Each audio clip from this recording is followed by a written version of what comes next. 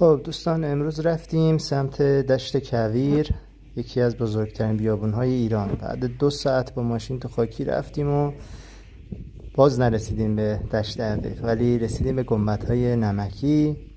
دوستان گول این آبو نخورید، اینا پر از املاح و نمکه و کاملا سمی تو بیابون.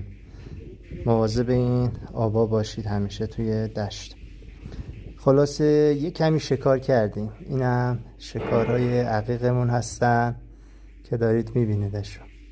بریم یه چند تایشو بشوریم ببینیم چی در میاد. یه عقیق تاولی قرمز خیلی خوشگل، شما فقط خوشگلی اینو ببین. یه عقیق تاولی خیلی خوش رنگه، خیلی. اینم که یه عقیق دو رنگه، بعد اینم یه عقیق صورتی کم رنگ. دوستان نمونه‌های قابل بارش رو بعداً تو پیجم میذارم.